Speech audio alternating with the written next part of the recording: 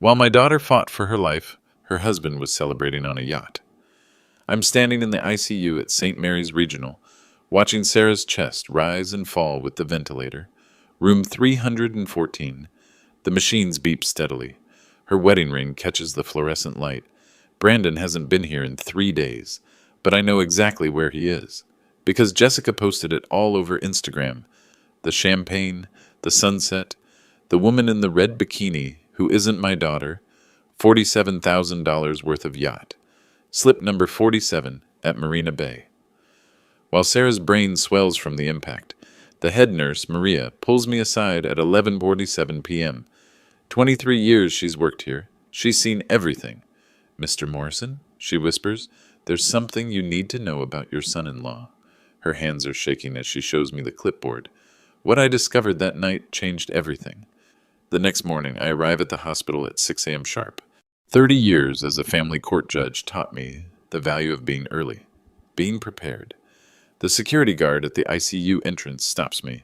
"Sorry, sir. Family access has been restricted to immediate family only. Doctor's orders." I show him my visitor badge, the same one I've used for 2 weeks.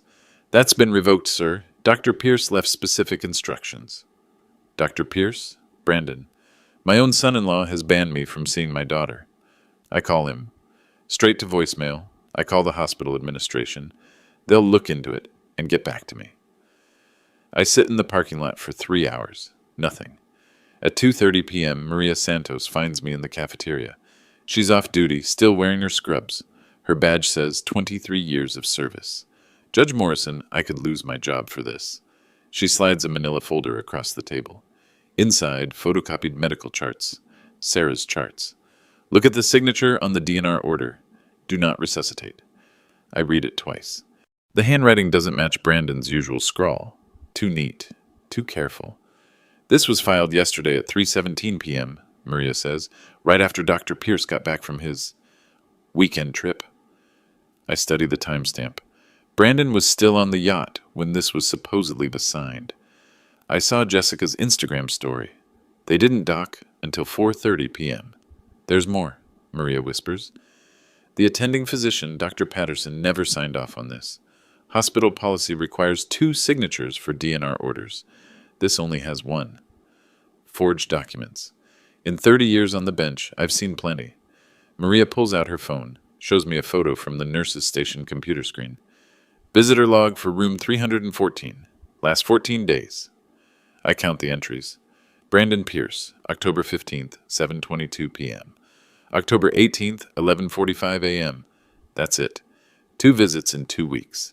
"The other nurses are talking," Maria says, "about the phone calls." "What phone calls?" "To the insurance company. Dr. Pierce has been calling them daily, asking about life insurance policies, death benefits. He thinks we don't hear him in the consultation room, but the walls are thin. $2.3 million. Sarah's life insurance policy. I remember when she bought it. Brandon insisted on the amount. "We need to protect our future," he said. Maria checks her watch. "I have to go, but Judge Morrison, there's something else. About your granddaughter. Emma, 6 years old, Sarah's everything. Dr. Pierce filed papers with Child Protective Services yesterday, claiming you're too old to care for Emma if something happens to Sarah. Says you have early-stage dementia." The lie hits me like a physical blow. I had a routine cognitive assessment last month. Perfect scores. Clean bill of health. "He's trying to isolate her," Maria says. "Cut off everyone who cares about Sarah. It's a pattern we see sometimes. Usually right before—" She doesn't finish the sentence. She doesn't need to. My phone buzzes, text message from Brandon. "William, we need to talk. Tomorrow, 2 p.m., my office.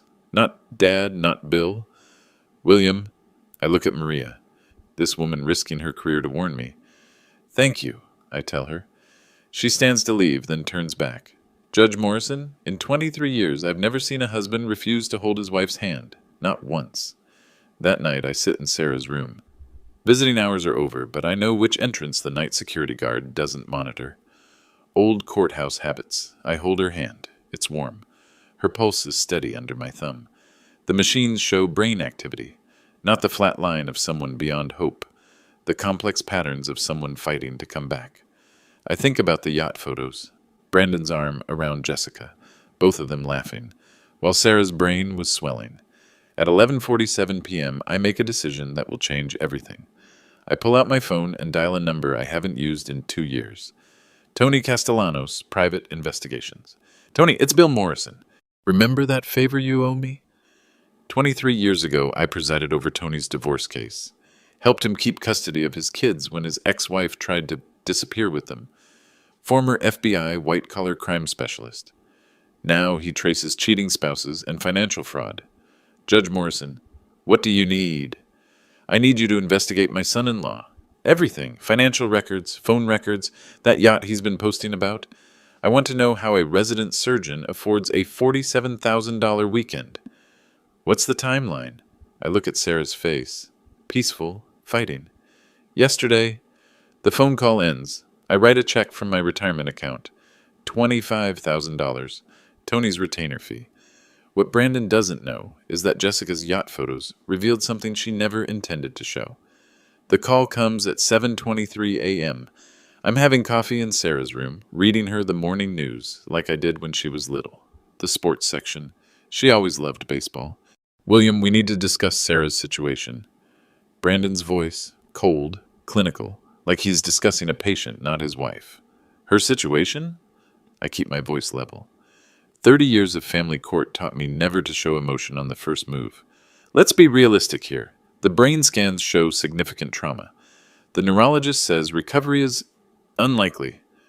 I watch Sarah's chest rise and fall, steady, strong. Which neurologist? A pause. Dr. Henley, he's the best in the state. I write down the name. Tony will check that too. William, I know this is difficult, but I have to think about Emma's future, about my practice. I can't put my life on hold indefinitely. Your life. I repeat the words slowly. Yes, Sarah would want me to move on, to find happiness. I think about Jessica in the red bikini, about the champagne photos posted while Sarah was having emergency brain surgery. Brandon, are you familiar with California's community property laws? Another pause, longer this time. I don't see why that's relevant. Well, as Sarah's husband, you're entitled to 50% of her assets, including the life insurance policy, but only if you're still married when she dies. The silence stretches. I can hear him breathing. What are you implying?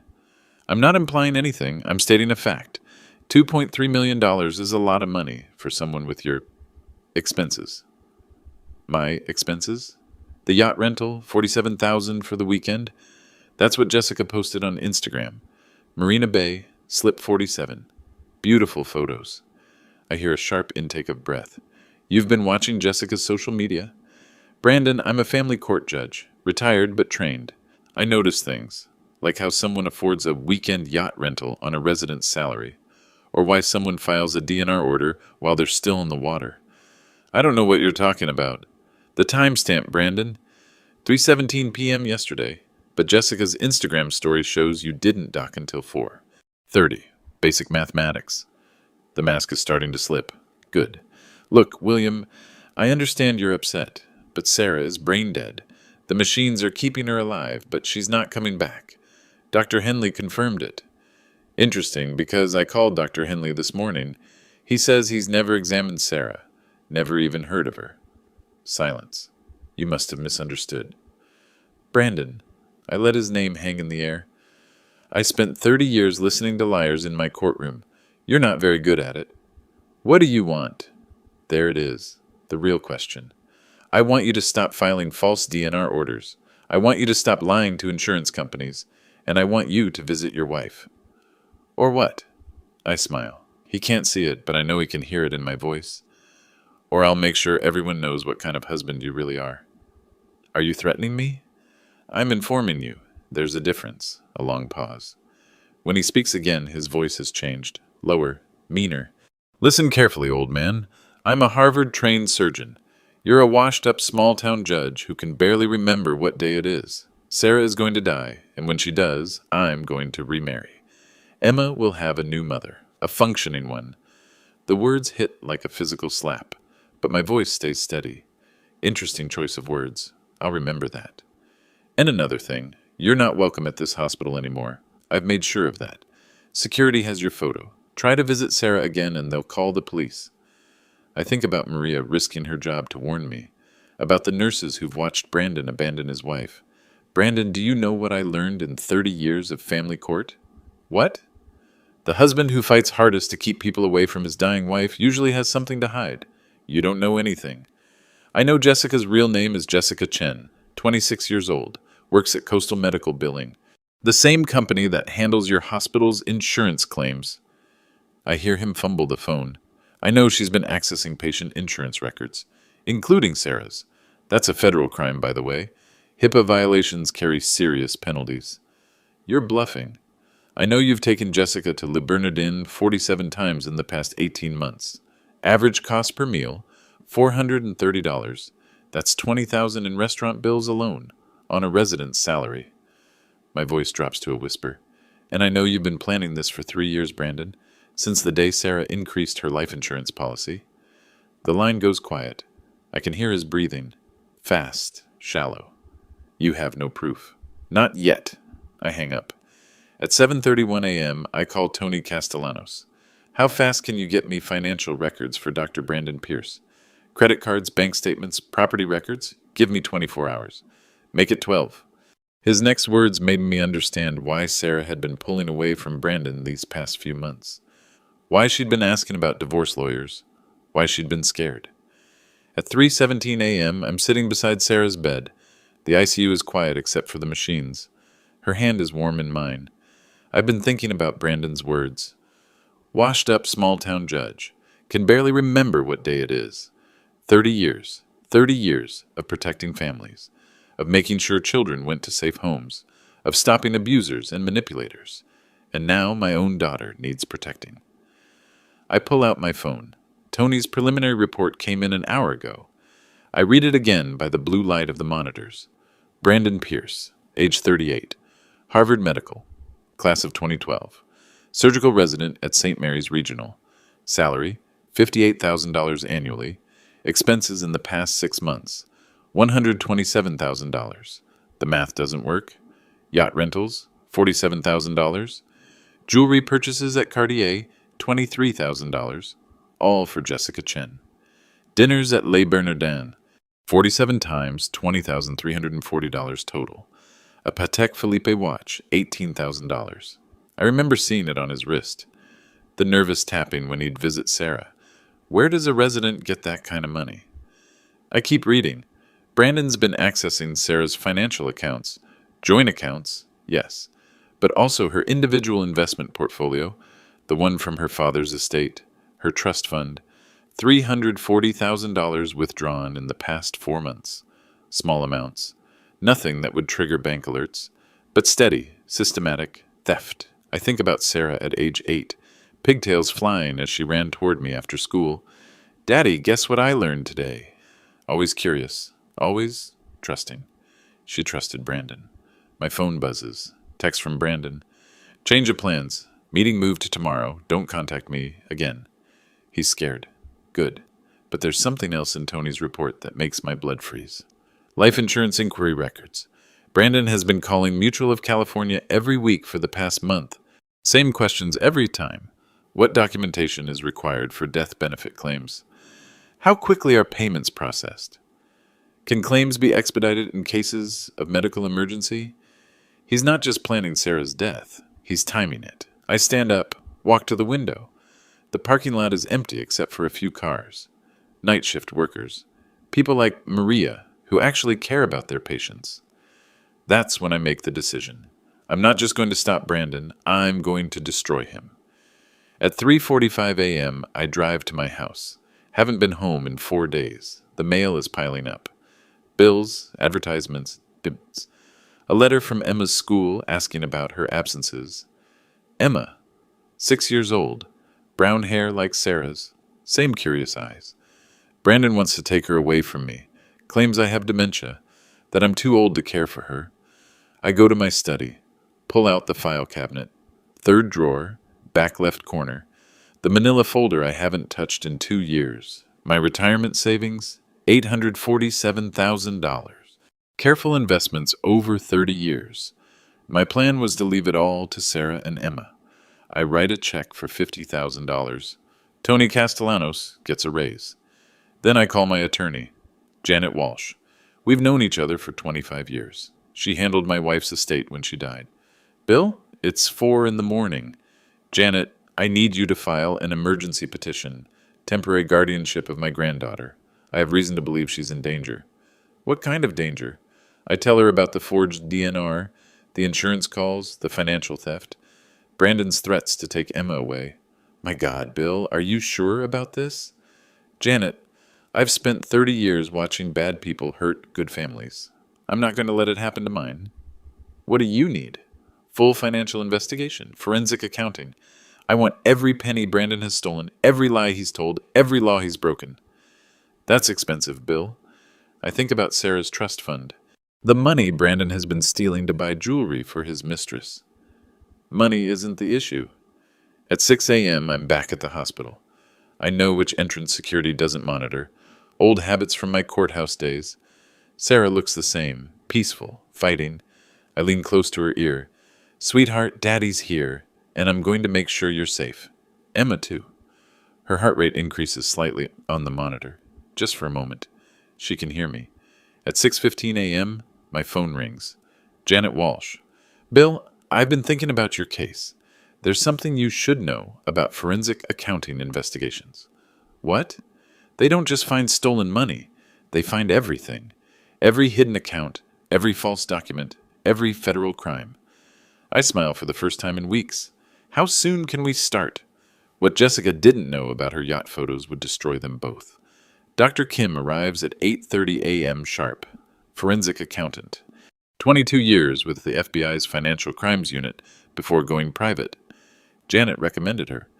Judge Morrison, I've reviewed the preliminary materials your investigator provided. We're sitting in my study, coffee growing cold. Sarah's high school graduation photo smiles at us from the mantel. What's your assessment, Dr. Kim? Your son-in-law is either incredibly stupid or incredibly arrogant. Possibly both. She opens her laptop. Spreadsheets fill the screen. Numbers I recognize from Sarah's bank statements. He's been systematic, small withdrawals from the joint account. Nothing over $10,000 to avoid federal reporting requirements, but he made a crucial mistake. Which is? He used his hospital ID to access the transfers. Every transaction has a digital fingerprint. Timestamps, IP addresses, location data. She clicks to another screen. October 8th, 2:47 p.m. Withdrew $8,500 from Sarah's trust fund. The hospital's system shows he was in surgery at that exact time. Appendectomy on a 12-year-old patient. Impossible to be in two places at once. More importantly, the withdrawals correlate perfectly with his expenses. October 9th, he spent $8,200 at Cartier. Bought Jessica Chen a diamond tennis bracelet. Dr. Kim shows me the receipt, Sarah's money.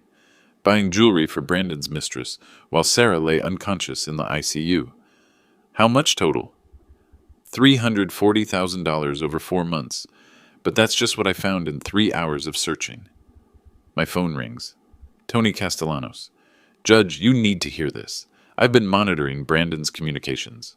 That's legal? He's been calling Jessica on the hospital's landline. Public record. And Judge, the conversations are being automatically recorded. Hospital policy for quality assurance. I put the call on speaker. What did you find? October 15th, 9:22 p.m. Brandon to Jessica.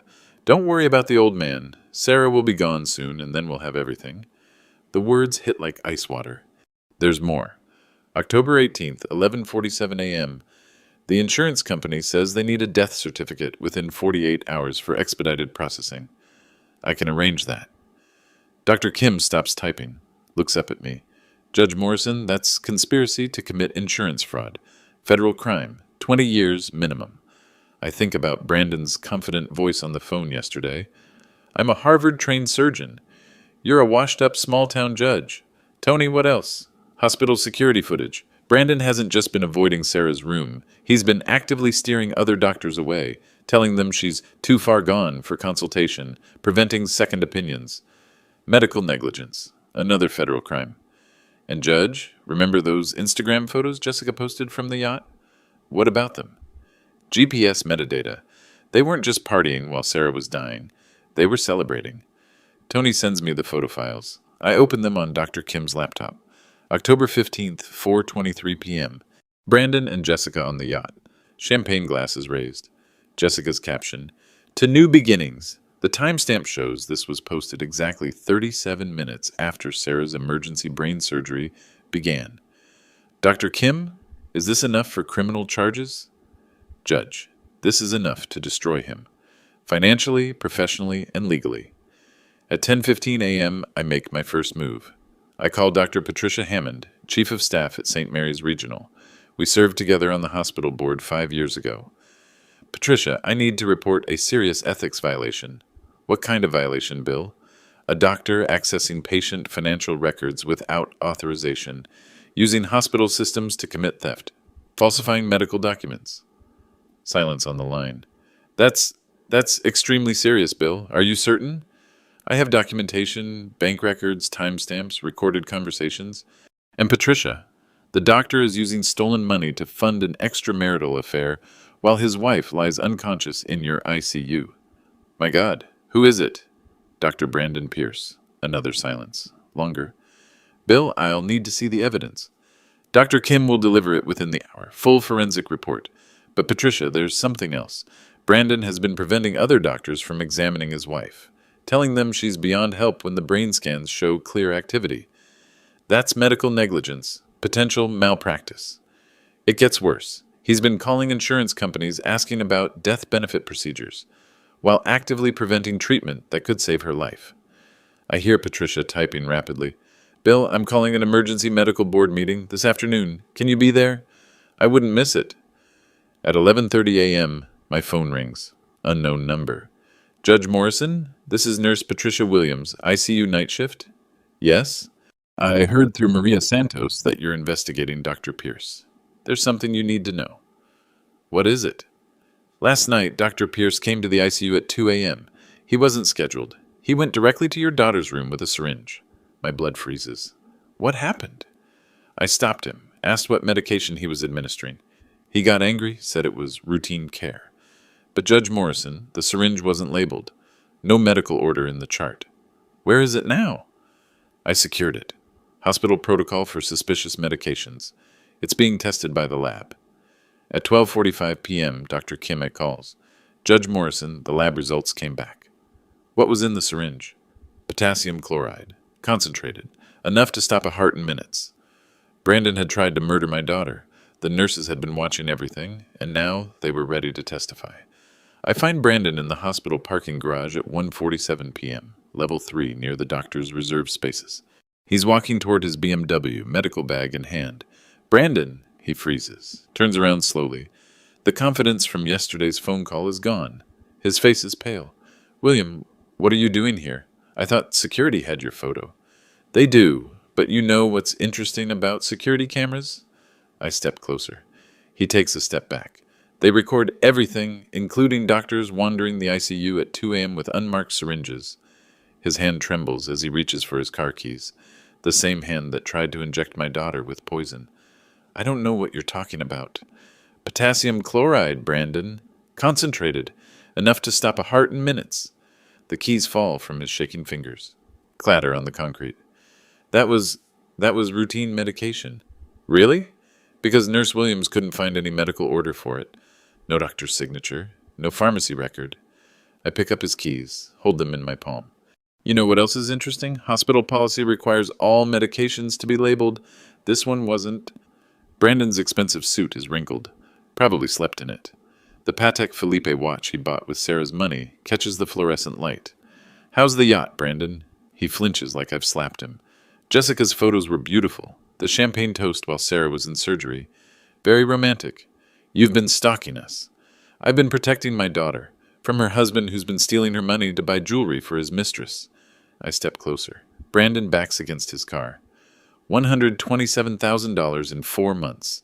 That's impressive theft for someone who makes $58,000 a year. That money, that was from our joint account. Sarah's trust fund isn't a joint account, Brandon. It's individual. And you've been accessing it illegally. His face goes white. You can't prove that. I pull out my phone. Show him Dr. Kim's forensic report. Timestamps, Brandon. You withdrew $8,500 on October 8th at 2:47 p.m. But hospital records show you were in surgery. Appendectomy on a 12-year-old. He stares at the screen. Unless you've learned to be in two places at once, that's computer fraud. Federal crime. What do you want? The same question from yesterday's phone call, but now his voice is different. Smaller. I want you to confess. To what? Attempted murder, insurance fraud, theft, medical negligence. Take your pick. Brandon looks around the parking garage, empty except for us. No witnesses to his humiliation. You're insane. Am I? Because Dr. Hammond called an emergency medical board meeting for 3 p.m. today. They want to discuss your extracurricular activities. His hands are shaking so hard he can't hold his coffee cup steady. They can't do that without evidence. Evidence? Brandon, I have bank records showing you stole $340,000. Recorded phone calls where you discussed killing Sarah for insurance money. Hospital footage of you trying to inject her with poison.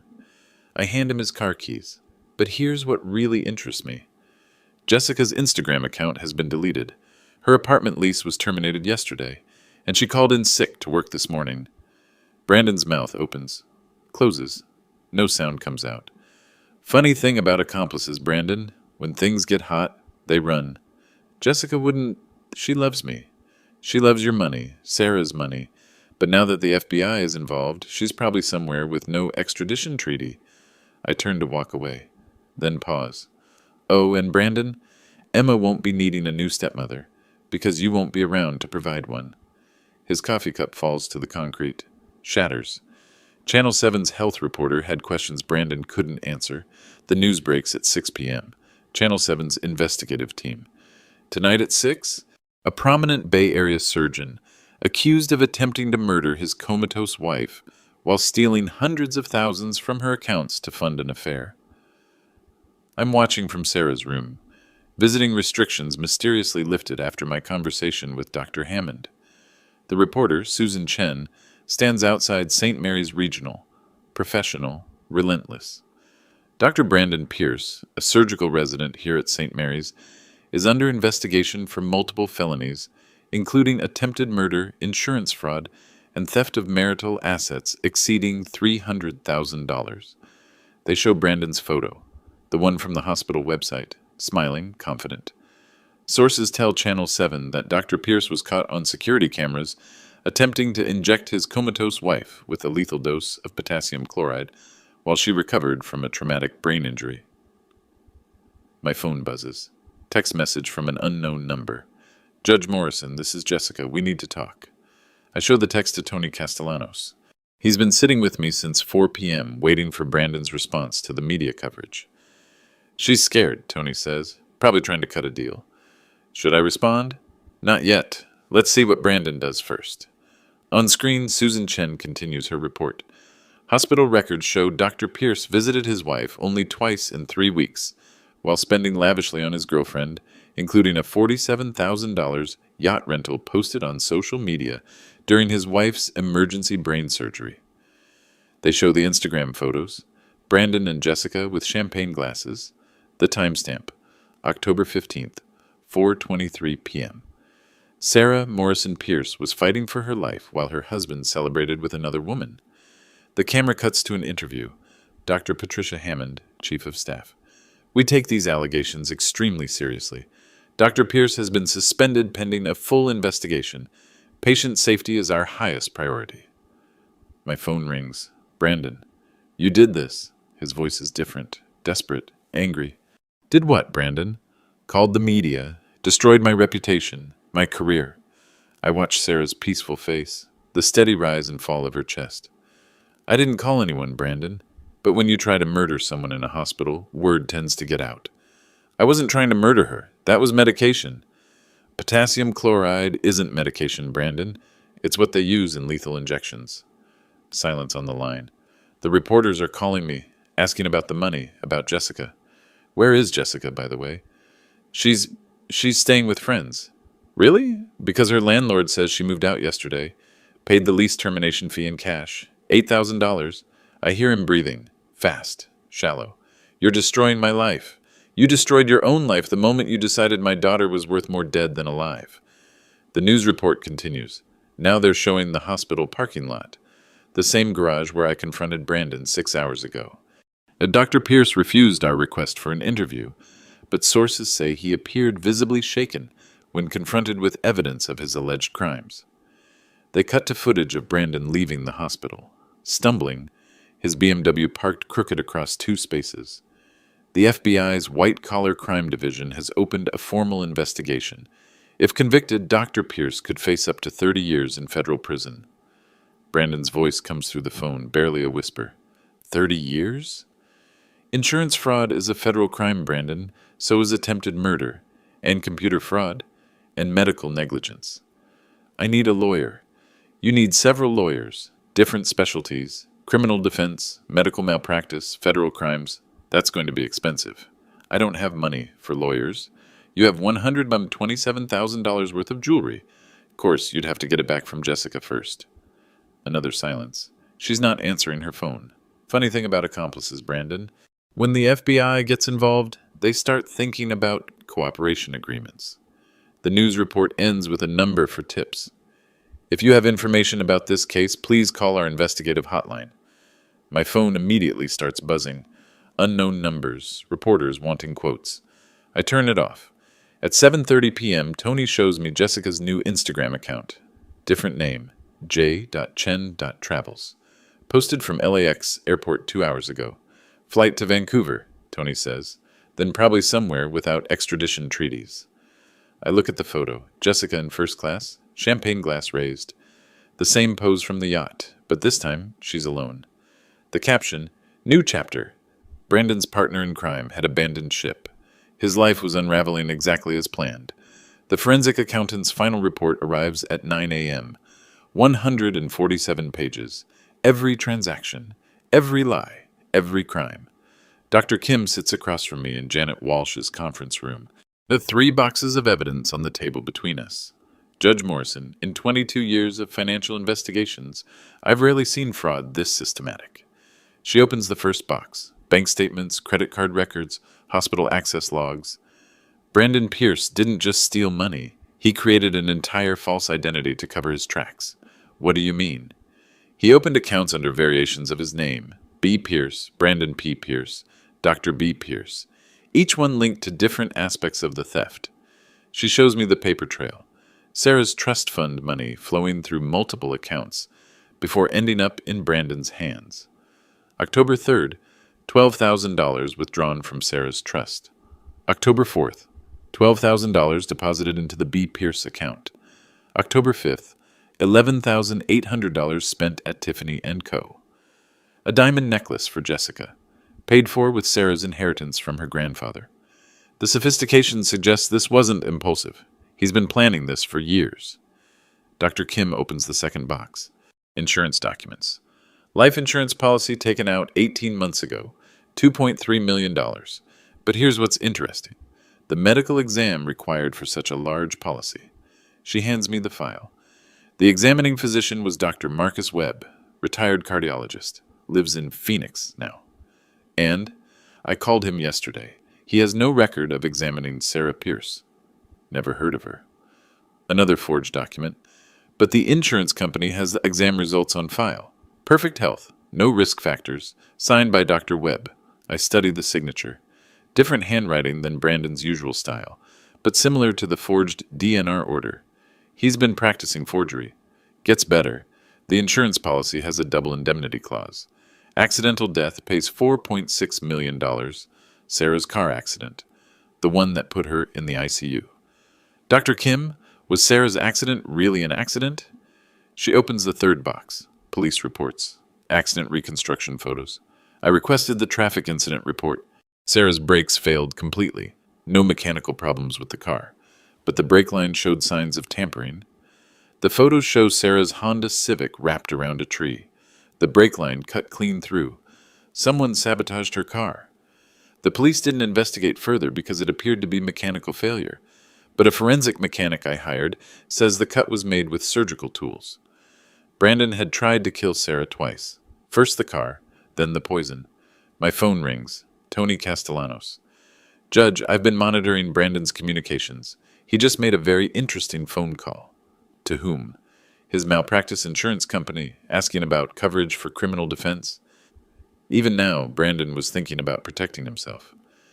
There's more. I traced his recent financial activity. He's been liquidating assets. Sold his car yesterday. Withdrew his entire 401k. Cleaned out the joint checking account. He's running. Looks like it. But Judge, there's something else. Remember that syringe from the hospital? The one with potassium chloride? What about it? Lab found fingerprints, Brandon's, but also trace amounts of insulin. Dr. Kim looks up from the evidence files. Insulin mixed with potassium chloride would mask the cause of death. Look like diabetic shock instead of poisoning. How long would Sarah have survived? Minutes, maybe less. I think about Nurse Williams stopping Brandon in the ICU. If she hadn't intervened... Dr. Kim, what's our total evidence count? She consults her laptop.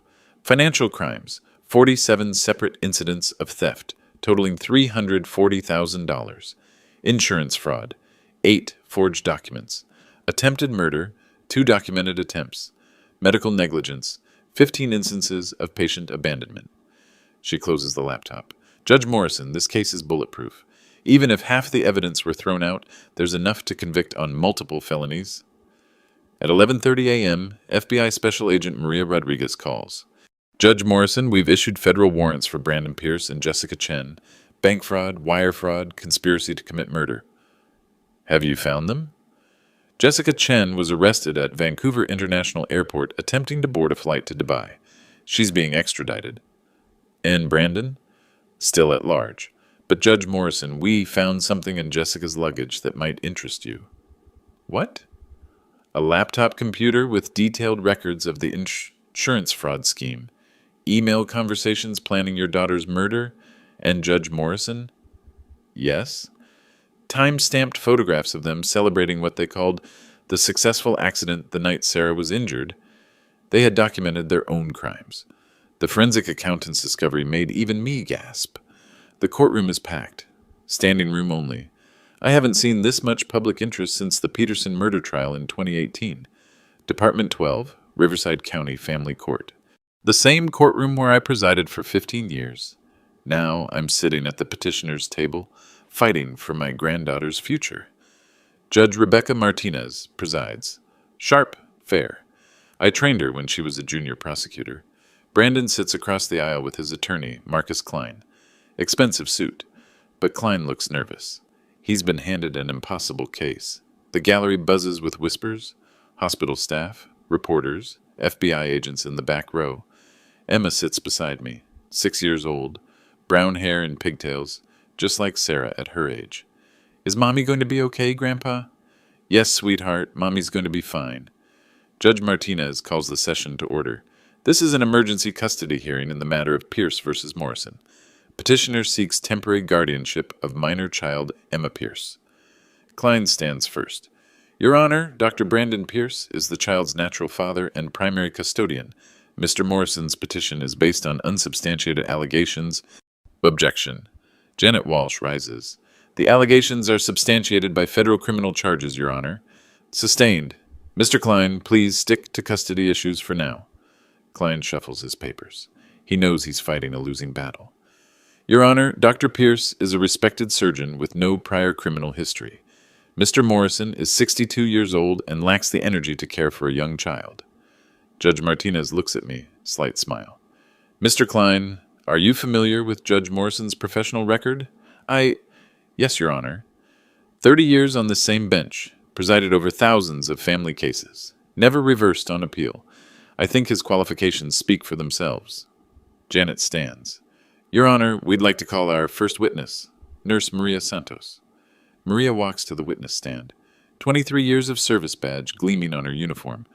She's risked her career to be here.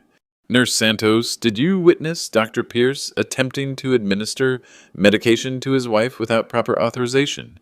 Yes, October 20th, 2:17 a.m. He came to the ICU with an unmarked syringe. When I asked for the medical order, he became hostile.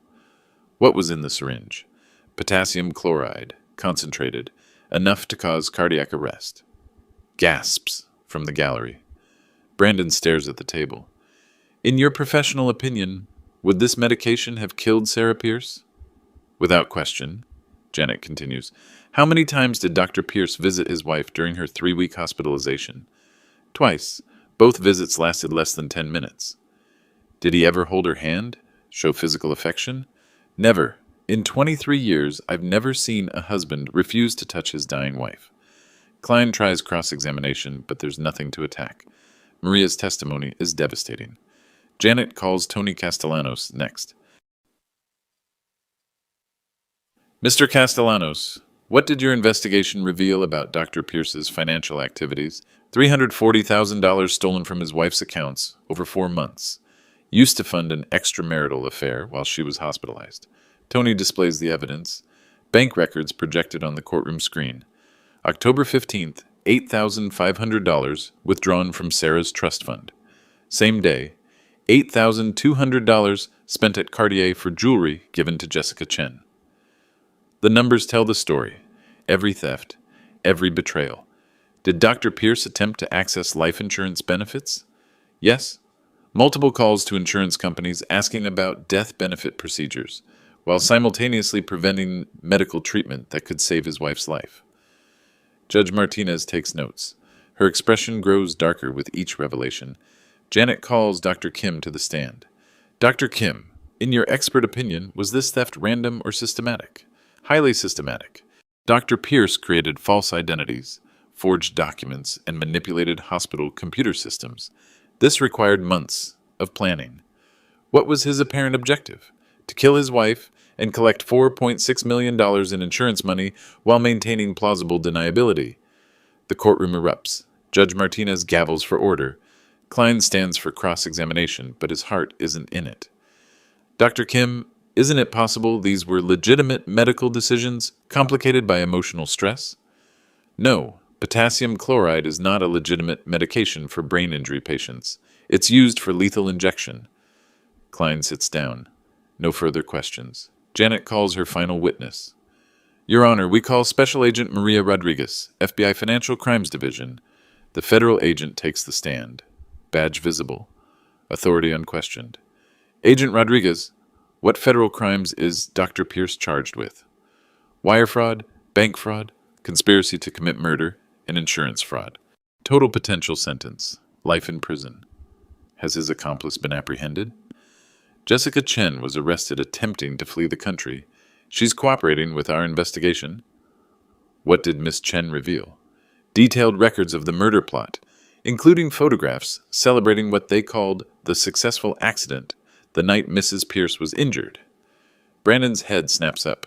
First emotion he's shown all day. Agent Rodriguez, was Mrs. Pierce's car accident really an accident? No.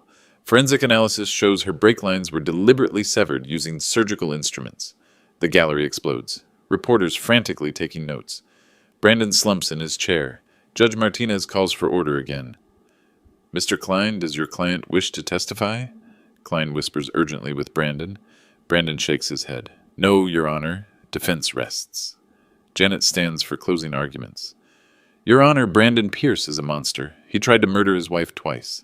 He stole her money to buy jewelry for his mistress. He abandoned his child to party on yachts while his wife fought for her life. She points to Emma. This little girl deserves better. She deserves a guardian who will protect her, not exploit her. Klein's closing is brief, half-hearted. Your Honor, despite these serious allegations, Dr. Pierce remains Emma's father. Biology matters. Judge Martinez doesn't even pause to deliberate. I've heard enough. Emergency guardianship is granted to William Morrison, effective immediately. She looks directly at Brandon. Dr. Pierce, your parental rights are suspended, pending resolution of criminal charges. You will have no unsupervised contact with the minor child. Brandon's expensive watch catches the light as he covers his face. Not the Patek Philippe anymore. That was sold to pay legal fees. Furthermore, all marital assets are frozen pending forensic accounting. Mr. Morrison is appointed conservator of Sarah Pierce's estate. The gavel comes down. Emma tugs on my sleeve. Grandpa, does this mean I get to live with you? Yes, sweetheart, for as long as you want. In the hallway, reporters swarm. Cameras flash. Microphones thrust forward. Judge Morrison, how do you feel about your victory? I think about Sarah, still fighting in her hospital bed. About Emma, finally safe from her father's greed. This isn't about victory. It's about protecting family. What's next for Dr. Pierce? That's up to the federal prosecutors. As we walk to the car, I see Brandon in handcuffs. FBI agents leading him away. He looks at me one last time. The arrogance is gone. Only fear remains. 30 years of family court taught me one thing. Documentation wins. 3 months later, Sarah opens her eyes. "Daddy?" Her voice is weak, but clear. The doctors said it was impossible, that the brain damage was too severe. They were wrong. "I'm here, sweetheart." She tries to sit up. I help her, careful of the IV lines still attached to her arm. "Where's Brandon?" I've been dreading this question for weeks. "He's gone, Sarah. He can't hurt you anymore." She nods slowly, like she's not surprised. "I remember some things. The car, the brakes not working. And Brandon, he was angry about something. Money. You don't need to think about that now." "Emma?" "She's with me. Safe, happy. She's been reading to you every day." Sarah smiles for the first time in 4 months. The criminal trial concluded last week. Brandon Pierce, guilty on all counts. 25 years to life, no possibility of parole. Jessica Chen, 8 years, eligible for parole in 4. The civil lawsuit recovered everything. Sarah's trust fund, the stolen assets, punitive damages, totaling $1.2 million. Brandon's medical license was permanently revoked. His yacht was seized by the FBI, auctioned to pay restitution. Emma runs into the hospital room, backpack bouncing. "Mommy, you're awake!" Sarah hugs her daughter, both of them crying happy tears. "I missed you so much, baby. Grandpa took good care of me. We made pancakes every Sunday. And we visited you every day." Dr. Patricia Hammond stops by during evening rounds. "Sarah, your recovery is remarkable. The neuroplasticity we're seeing is extraordinary. When can I go home? Few more weeks of physical therapy. But your prognosis is excellent." That night, Emma falls asleep in the chair beside Sarah's bed. I cover her with a blanket. "Dad?" "Yes?" "Thank you for protecting us. That's what fathers do." Sarah takes my hand. Her grip is strong. "I should have listened when you warned me about him. You were in love. You wanted to believe the best in people. I won't make that mistake again." Outside, the sun sets over the Bay Area. Emma stirs in her sleep, mumbling about tomorrow's spelling test. My family is whole again. Some people think vulnerability equals weakness. They forget that protecting family is the strongest force in the world. The machines beep steadily. Life continuing, future secured, new boundaries established, forever.